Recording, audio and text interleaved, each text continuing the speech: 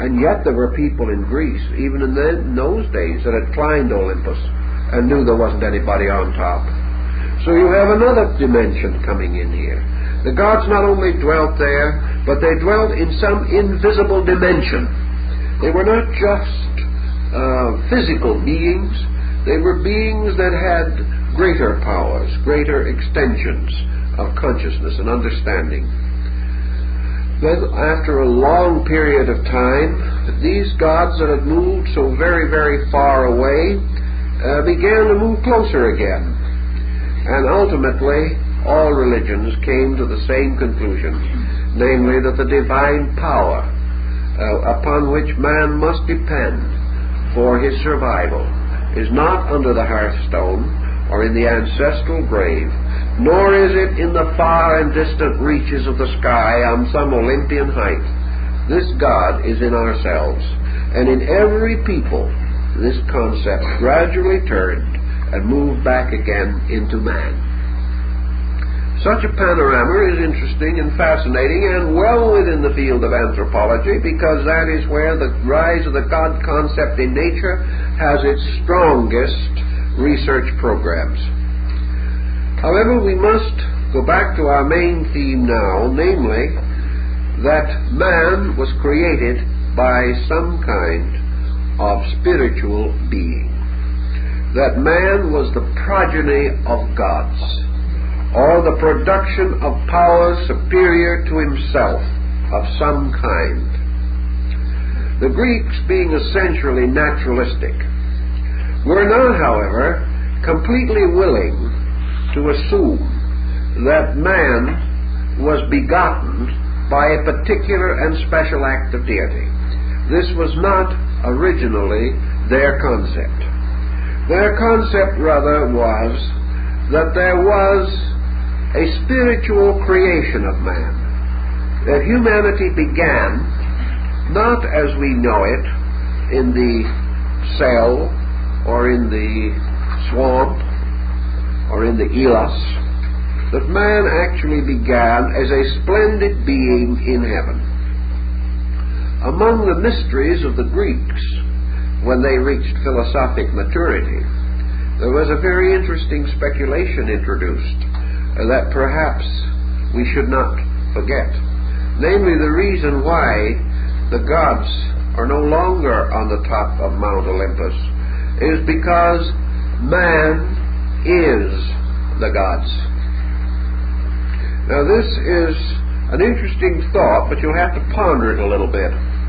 Namely, that the great order of life moving into manifestation was not only created by the gods, but was the motion of the divine power itself into manifestation. Therefore, that the gods moved into their own creation, became immersed in it, and absorbed in it, and that somewhere in the background of things, the great, splendid world of the gods sank into the darkness and mystery of matter, and in this way resulted finally in the emergence of life as seed everywhere because of the divine presence in matter, that this divine presence made all parts of matter full of life and capable of infinite growth from its own total substance. Dating on this, impossible, but theoretically thinking about these problems, we then have the second consideration, namely that something like the story of Deucalion and Pyrrha, namely that stones were thrown over their shoulders and that these stones became men and women. This is the second Greek concept of creation. The first creation was swept away by the deluge, and some of the old poets suspected that this deluge meant, in reality, the descent of the gods into the darkness of generation. That this is the great Ragnarok of the Nordic sagas, where Asgard and the great throne and the palace of Valhalla, all in flames and in combustion, fall into abyss together at the dawn of human existence, carrying the aces, the gods, into oblivion. That all that survived was a new world and a new peace, and two human beings to carry on the mystery of creation. So these legends are archetypal. They have some meaning. We know that. We know they are too splendid, too deep, too broad, and in the case of most of them, too strangely and deeply pathetic to have no meaning. They meant something, and part of the neglected field of our area is to try to find out what they meant. If we have two creations, we can also go back to the Dionysiac legend, where the Titans, or the primordial elements of nature, managed to inveigle Dionysus, the young god, to follow them out into the sea and field of space. And when he was far from his divine home, they sat upon him, destroyed him, cooked his flesh, and ate him. But in the process of eating him, his head was saved by Minerva or Athena and taken back to Zeus. Zeus, discovering what had happened, threw his thunderbolts at the primordial giants, slew them, and from their ashes, containing the blood of his own divine Son, he fashioned the bodies of men. Now this also is a very stimulating series of thoughts, for it also tells us that in some mysterious way ancient man believed the human being to be a compound of the ashes of the Titans and the life blood of a god. And while we might say this was primitive egotism, we're not at all sure of it. We are more inclined to suspect that the same meanings that were later developed into great philosophical beauty by Plato are to be found in their simplest statements in these myths. Actually, then, the ancient people told us that what we call the creation of man resulted in the combination of two circumstances, one of which is traceable anthropologically and the other is not. The only other way it can be traced is by means of your great religious cycles of myths. And that these religious cycles were not outgrown, but were deeply and carefully considered, and from them elaborate structures of rational projection were fashioned about man. And these have never been disproved, although most of them have been broadly ignored, particularly within the last century. Of course, all of these structures were of much greater import prior to the rise of the Darwinian hypothesis. But now, to go on from this point, man, created or brought into existence, represents therefore a twofold motion of life. The positive motion of this life is from a divine source, called by the ancient Chaldeans the father fountains of the gods. From, therefore, the divine nature there descended the divine man. This divine man was truly and completely archetypal. Psychologically, we are not too sure of what is implied. We cannot be certain, but the tone, the general tone of this ancient thinking is that this divine man was the true anthropos, the true being, and that this being had walked with God, that this being had an existence in a divine world or a divine state. The ancients are not clear as to whether this divine state had been eternal or had risen from some previous state. But the general assumption actually is that divine powers either created or generated. Or if we wish to go still further into this thinking, that these powers preserved in their own natures from previous unknown sources this essential being that is called man. Consequently, that man actually is the Son of God. Not in the personal sense of an individual, but in the collective sense.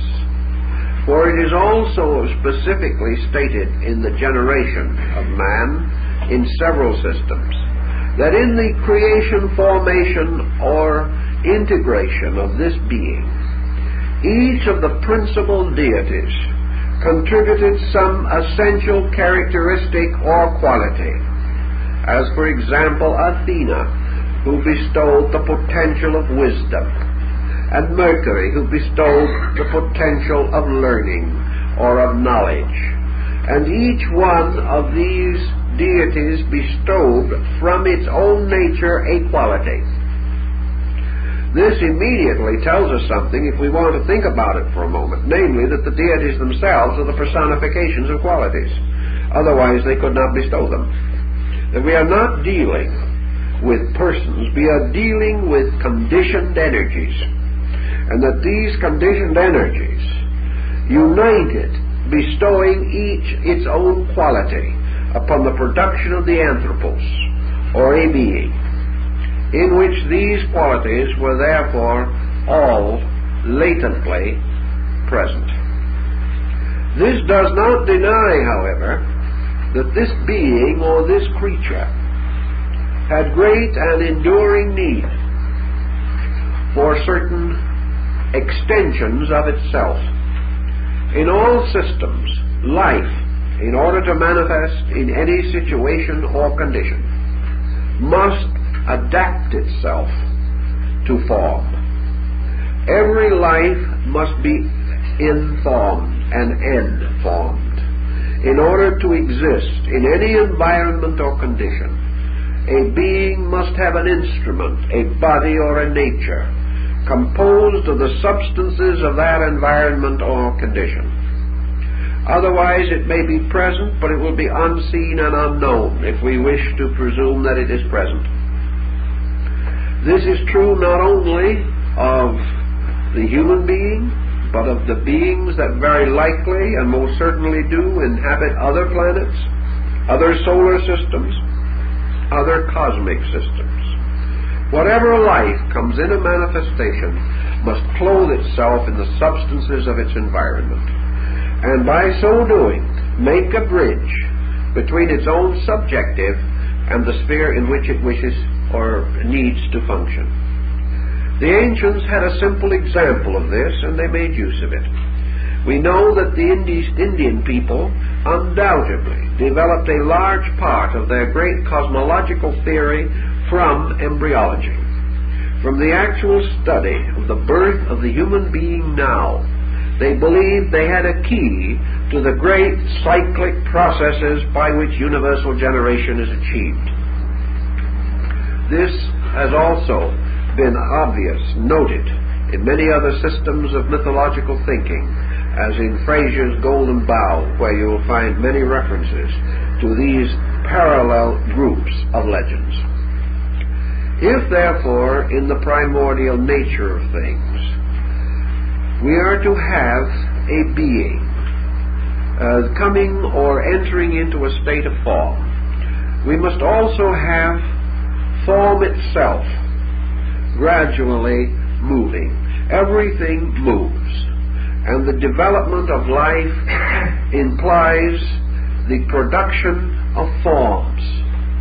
In the great prehistoric Phoenician history, we have a record of this particular phase of the subject, namely that we have opposed, or at least polarized, to the great power of the divine beings who fashion the inward parts of things. We have another being that the ancients called nature. Now, nature to them was a little different from what we hold the word to mean today. Nature was a little more geological in their thinking than in ours. To us, nature is a rather beautiful panorama of sunrises, sunsets, and daisy fields. That was not the way the ancients thought of it. Always ensouling everything, making everything to live, which is part of his ancient way. To him, nature was also a being. And if God was the father of all things, nature was the mother of all things. And everything that exists is a child of God and nature, a child of the primordial father-mother. Now, nature was constructing continuously strange and beautiful and wonderful shapes and devisements. Nature, therefore, was spontaneously generating forms. Nature was hard at work with this monocellular organism coming out of the primordial ooze. Nature is full of life of itself. This life is not different from the life of God. It is merely an aspect of it. It is merely the opposite pole. It is the obscured or privated life of deity, according to the ancient legends. And therefore nature was producing forms in which was a degree of life. This degree of life, as Sanchoniathon points out, however, was a comparatively humble degree of life. A life that might correspond with the prenatal growth of the human being, in which nature itself, as in the womb of Meru in the Indic myths, is generating a form which at some time is to be quickened or to be made alive. Thus, the embryo was made in nature. The life was made by the gods. And these two coming together represented the quickening, or the union of these parts, so that by the breathing of the breath of life into the dust of the earth, God fashioned man. Now, the more we think about it, the more we can get scientific on this theme, because it opens a tremendous vista of possibilities, by which a great many concepts otherwise meaningless can be reconciled and ordered. The only thing necessary to give validity to this concept is something that is causing considerable stress and strain in modern education, namely the possibility of assuming that the ages have been in some measure right, and that man is a living soul. This is the great bugaboo. This is the great unsolved mystery. If man is to be regarded as solely and totally the product of Mother Nature, with no help from a divine Father, then we cannot follow this hypothesis successfully. But when we block it, we block so many things that perhaps it will pay us to pause and see whether the exclusion of what might be termed the religious solution actually helps us any, or whether it does not make the entire procedure less meaningful, less purposeful, and less understandable. And always assuming that nature's ways are orderly, and that nature's ways are purposed, we have to begin to speculate as to what this order is and what these purposes might be. In any event, the greatest thinkers of all time, those to whom we are indebted for the greatest amount of knowledge that we possess, and for the foundations of every art and science that we now regard as essential to education and learning, these leaders, these pioneers of life, all agreed in the simple belief and conviction that man did have a soul.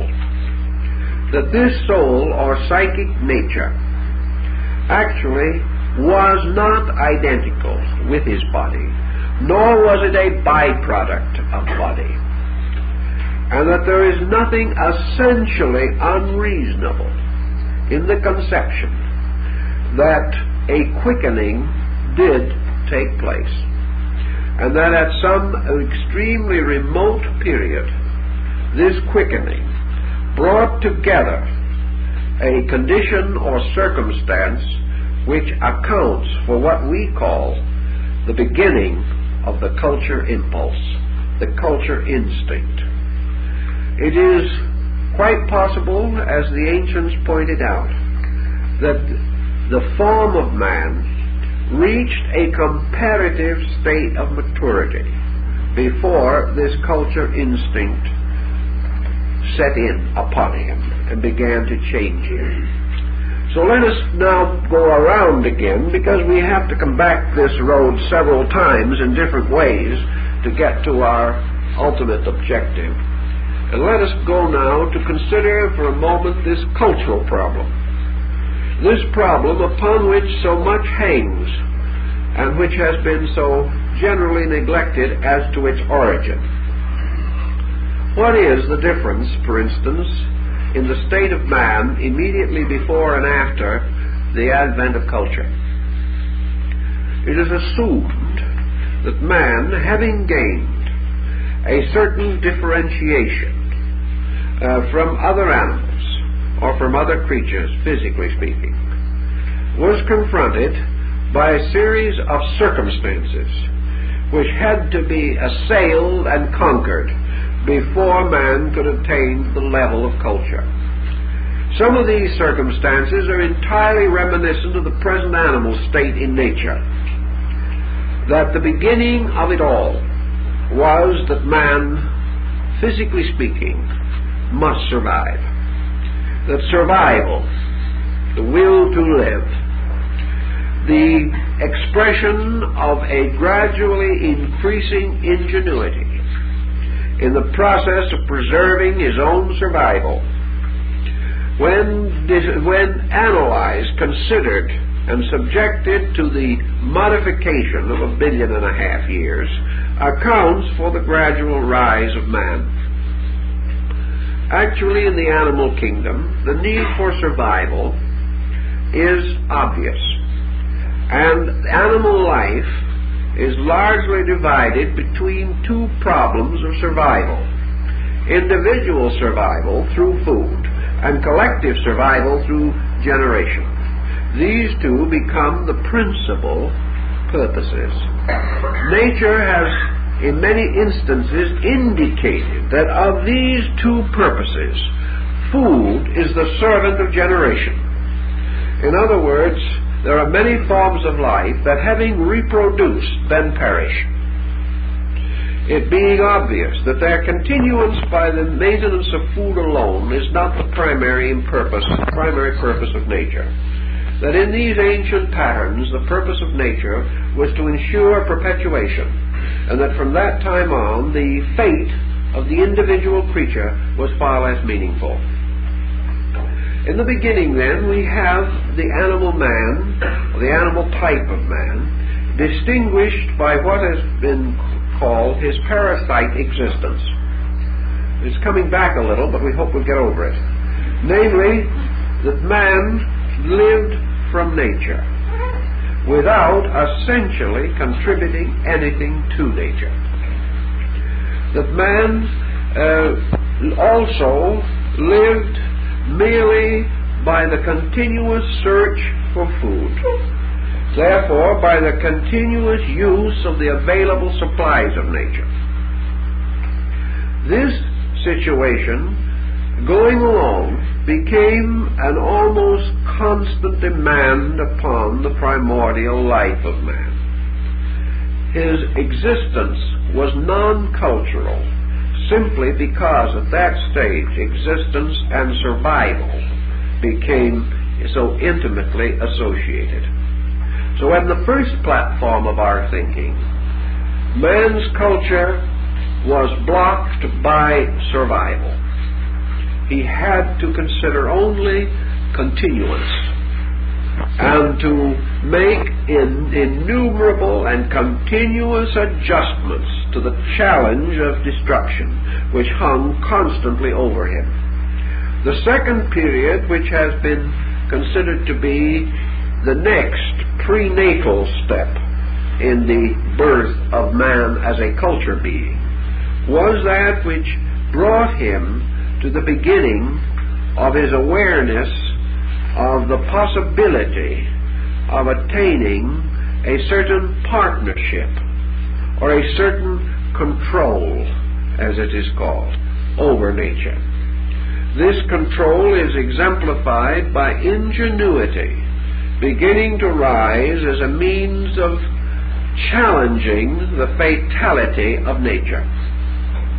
It may have started with almost anything we can imagine, perhaps a rock in a man's hand. He found that he could throw a rock and achieve certain ends more easily than trying to fight the animal with his bare hands. He then learned to put a handle on the rock and made a rough stone axe out of it. In the course of this, he also discovered other things. Somewhere, that magnificent Promethean moment when he discovered fire. When he also discovered, as Diogenes tells us later, that a cup can be more convenient than your hand when you want a drink of water. That by degrees man began to surround himself with the primitive necessity luxuries which began to indicate the rise of his own basic pattern for survival. But he's still struggling to survive now a little more successfully. Undoubtedly he was nomadic to a degree. Those who could not be nomadic had to adjust themselves to the seasonal world in which they lived, and some of these adjustments were pretty strenuous. In fact, many did not survive at all. Then comes the next important step. Man beginning to cultivate nature, to gain control. And one of the simplest and easiest ways he accomplished this was by learning agriculture. And the oldest gods of the Greeks were venerated and honored because they brought the agricultural mystery to man. The domestication of animals and the rise of agriculture made possible gradually the integrated living in a community. It was no longer necessary to wander to find new food supplies. It was possible to produce food where you wanted it, and not necessarily always when you wanted it, but in sufficient abundance so that parts of it could be stored against seasonal change and condition.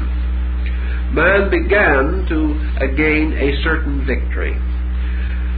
In the course of this victory, he reached a point which we may call safety. Safety is always a relative thing. Safety meant more surviving than were lost. It did not mean total survival. Safety meant one thing, however, a break in the continuous demand of survival. It meant the possibility of the individual having available to him an increasing amount of leisure. His wants were few, his needs were not too many, but as soon as it became possible for him to make use of control of nature, he began to develop what might be termed leisure. Leisure, or freedom from the challenge of continual survival, permitted man to turn upon himself, not in the sense of war primarily, although this was one of the byproducts of undisciplined and unenlightened leisure, but rather turned upon himself to be able to sit still, to be quiet, to contemplate, to take his eye from the utter immediate and consider that which was somewhat more remote.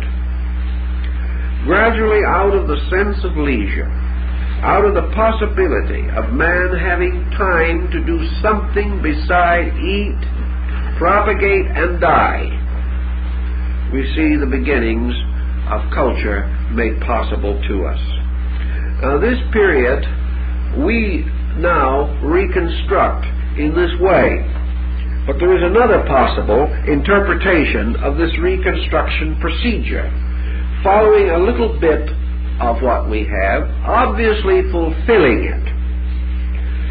But what we are really telling in this story of man's gradual victory over the prehistoric problem of survival is that man was constantly growing in some way. He was growing in resourcefulness. He was growing in skill. Perhaps he was growing in strength. More likely he was growing in control, which is the thing that makes it possible with less strength to accomplish more. Thus we finally have the story of a being growing up to a state of self-identity, growing up to a state which is the first peculiar evidence of humanity, and that is thoughtfulness. Up to this time, we can find man differing in some ways from the creatures around him, but with no certainty of victory over them, and no probability of a destiny apart from them. Suddenly, well, I say suddenly because it appears so in our frame of reference, but probably not in time so rapidly, man differentiated from all other forms of life around him. He suddenly began to assume a uniqueness. And this uniqueness was only possible when a certain degree of personal integration had been attained. The Greeks and other ancient peoples, working upon their mythological platforms, came to the conclusion that this growing up of bodies through the animal state finally resulted in the creation of a being in whose organism and integration the release of what might be termed an extra faculty was possible. This release of an extra faculty was not its dawn, was not its beginning in man, but according to these ancient peoples, it was at this time that the quickening took place, and that which had previously been a free soul became identified with this growing form, because this form had now reached a degree of growth in which the function of this being began to be possible. Certain centers of nervous structure, certain refinements in brain and in the various fields of the human sensitivity made it possible for something to take hold of this form, to possess it, to move in upon it, to ensoul it, and to begin to operate upon it from within, moving gradually and inevitably towards final conquest of this form. This would be perfectly in line with some of the basic thinking that we have, namely that what we might term evolution or cultural growth is therefore being controlling its own instrument, and that what we see around us as cultural progress is merely a byproduct, an inevitable consequence of a pattern of self-conquest occurring within the being. That civilization, therefore, is nothing more or less than a degree of progress attained in the essential psychic compound of man. That these ensouled beings gradually then moved by degrees over a long period of time through the processes of increasing control of these instruments which they possessed. This control affected slowly and inevitably every department of human function. The nearest parallel that we have to it in the visible natural progress of man is the process of childhood, the process of growing up after birth. We have here the clear and certain indication of consciousness, if we wish to so call it, gradually emerging from inadequate physical structure, and that the growth of the structure is important only that it leads or results in the growth or release of the consciousness within that structure. Thus, the growing child is the one who is gaining control of its body and is gradually transforming this body from a prison into a skillful instrument of its own purpose. This is one explanation for what we term the cultural program for man. That at the transitional stage, man ceased to be like other animals around him simply because he was ensouled by a being with greater potential, and that this ensoulment resulted in the purposes of the body being gradually modified to result in their final acceptance of the purposes of the being in the body. Thus, this new perspective gave man the incentive, gave man the dynamic by which he went forth to become a builder of cities, by which all the things that are related of him in the ancient works were made possible, and that what we now term evolution is the slow and gradual revelation of that which is inevitably the self, inevitably the anthropos, and that anthropology is therefore the study of the anthropos. And the anthropos, as the Egyptian gnosis tells us, was not the visible man, but the being above the man. Thus, in the Gnostic system of Valentinus, the being is called anthropos, and the body is called anthropos, the son of anthropos, a peculiar term with which scholars have been working for ages, trying to find out what was meant. Therefore, that the being is the man, and the body is that man which is the son of the man, or the extension of him into manifestation. And that therefore we have perhaps an understanding of the rise of a great anthropomorphism in human experience. That is the struggle of light and darkness, the struggle of good and evil, the struggle of life and death. For this struggle was more or less archetypally the struggle of the being against the stasis of the body. That the fall of man symbolically is the descent of the man into the body, to be captured, as Plato says, like the oyster within its shell. Therefore, that what we call evolution is divisible into two great parts. That which is called nature, which is forever the molder of forms, the creator of bodies, and that which is called man, who is eternally the inhabitant of these instruments or vessels which have been fashioned for his need. That this was purposed, that the gods of the Olympian heights decreed it to be this way, that life is a constant ascending of forms being met by the descending of life, and wherever these two meet, there is a living soul. That this living soul is not generated simply from the experience of contact in nature, but is the result of the union of two elements or two principles to form a compound. This again is consistent with the Pythagorean and Gnostic philosophies.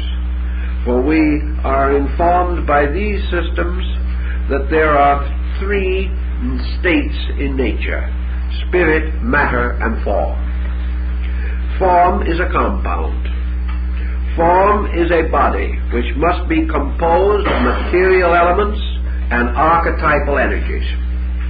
The reason why matter becomes formal is because it comes under the laws and rules of a pattern or archetype, and that this archetype bestows mathematical or geometrical harmony upon matter, raising matter into organization, and that such organization as is resulting from these two factors may be regarded as the proper definition of the ensouled man. Now we may say, what have we actually done on the level of our anthropological researches? We have not changed the fact that out of the amoeba, out of the clod, out of the marsh and the mire, there crawls something forth upon the earth. But we may question whether that thing which crawled forth upon the earth was actually the beginning of the total man. We may question whether this being, left entirely to its own devices, could ever have been anything than a super animal. That it rose with others of its kind, that it developed with others of its kind. And as in the case of the embryo before birth, up to a certain point the human embryo cannot be differentiated from the embryo of a chicken or a horse. But as a certain point is reached, then the one indicates gradually and inevitably that it is going to be a chicken. The other remains, continues to unfold, and finally becomes a human being. But at a certain state, they are indistinguishable. There is no way of telling one from the other, except that one grows more before it is born, and the one that grows more is man. Thus, in the face of nature, there is no way in which we could distinguish, or no certain method by which we could indicate a point in the remoteness of things where man and the animal could be clearly differentiated. This would follow again the most ancient thinking we have, namely that in that time there was no obvious difference, but that this difference appeared in due time, appeared when life reached the point of sustaining this difference, and that at that time this difference became manifested, and man suddenly became a creature with a purpose, a creature with a reason for existence other than biological, and that biology did not cease, because the continuance of forms for embodiment continued to be necessary, that the search for food did not cease, because this body, which was to be the house of a soul, had to be maintained and sustained, or the soul was homeless. However, life divided now into two purposes. One, to be regarded as the maintenance of the house, and the other, the increasing freedom of the householder, the being that lived in the house. This immediately divided the life of man into two purposes. Psychologically, these purposes are everywhere obvious. Man is not a united creature in his purposes. He is purposed by two contrary forces. And the conflict between these contrary forces is one of the principal reasons for nearly all the problems that arise in human life. The survival from a bodily standpoint is also sustained by something that we call instinct. Now, instinct is something we do not know too much about. It's one of those delightful things that we should know a lot about, and because we need to know, we cannot find out. But instinct seems to tell us, or our own study of instinct, that in this part of our nature we have the survival of what has been called the pre-Adamite man. That is, the pre-ensouled man. That instinct was the power that governed before the quickening. That instinct, therefore, was a life out of nature, a kind of nature spirit that rose out of the earth and was that part of man's structure that did respond unhesitatingly and continuously to the demands of survival. That what we commonly believe to be instinct today is therefore the survival of a primordial pressure. And that instinct, after it has gone to school and gotten a diploma, instinct becomes sophisticated or cultivated to the degree that it may seem to be a legitimate force that has inherited the real right of ruling the body. Instinct, now not fully recognized in itself, can therefore be the cause of the most excessive positive and negative reactions of our emotional life, our vital life, and certain rudimentary elements of our mental lives. Thus, body left to itself follows instinct. Body and soul follows the soul. The instinct nature of man has slowly become considered under a broad general title, the lower man. Now, the lower man is a most agreeable fellow. The lower man is constantly impressing upon us the sovereign importance of doing what we please.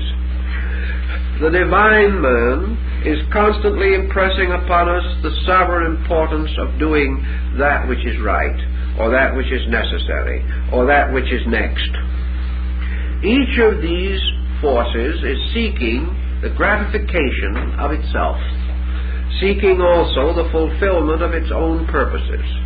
Instinct has no over-purpose, because the primary creature seeking to eat ate and was hungry again, because it ate only the food of nature. But the soul man sought another food, that those who ate thereof should not again hunger. And this difference has carried on. It almost would seem, although this may be an exaggeration, and I wouldn't want to be quoted for this, but to the press at least, it would almost seem that what we term materialism is instinct with a college education. That materialism is essentially the aggrandizement of the man of instinct, on the assumption that this man, by piling mountain upon mountain, piling Ossir upon Pelion, and piling them both upon Olympus, that he is going to reach heaven. That the instinct man is going to be able to, in some wonderful manner, usurp the prerogatives of the soul man, and thereby gain an immortality or a survival apart from soul. This was a great subject of drama, out of myth and of legend, but the pattern of it is so rather obvious in our daily living that it perhaps is worth a little careful consideration. That we have, as Goethe says in Faust, two beings within us. One in the earth aspires, and the other to heaven aspires. And these are the two men, Anthropos and Anthropos, the son of Anthropos. And it was by giving man this inward insight of the soul nature that the powers, personal or impersonal, universal or inevitable, however we wish to so calculate them or define them, having breathed into man the breath of life, made him master of his garden, and gave him dominion over the creatures of the air and of the fields. Now, in giving him dominion, the ancients would say that first of all they bestowed upon man potential dominion over himself, but that this dominion had to be earned. and that this earning was nothing more or less than integrated yearning, that it was yearning backed by purpose, backed by energy, so that these things which man instinctively longed to fulfill might be fulfilled. Culture has been defined as man's longing for truth, longing for total internal maturity, and that this internal maturity is the result of a kind of second birth, that by the first birth man was born out of the water and the mud, but by a second birth the Son of Heaven was born in man, and having taken up its abode in man, becomes by natural right the proper ruler of man. Therefore that man must be ruled by this psychic integration, or the self within the body. As a support of this concept, we also have the continuous evidence that man advances most, becomes most certainly secure, when he depends upon the superior phases of his consciousness for his protection and his survival. Man is no longer capable even of thinking of entering into a heavily competitive relationship with the inferior forms of life around him. He is no longer of them. He sees them no longer as like himself. Rather, he perceives that his survival, his security, rests in a battle within his own nature. Therefore, we have a new heaven and a new earth. That new heaven and the new earth, which for man become infinitely more important than the vast heaven and earth of which he is biologically and psychologically a part. That this new heaven is his own inward life, and his new earth is the world into which this life has been placed. That there is therefore the heaven in man and the earth which is the outer part of man. And the great processes, which we now call evolution, arise from not the pressure of incident and accident upon the outer life of man, but the pressure of an inner life to express itself through man. This pressure becomes then the irresistible and inevitable force that has driven man down through the ages, causing him to become ever more concerned with self-knowing, and ever more concerned with not only adjustment to the world, which might presumably be even achieved by instinct, but of a reformation of the world, of a restoration of a better state, and the envisioning of a way of life superior to that which presently exists. These things arise not from experience, because man has not known them.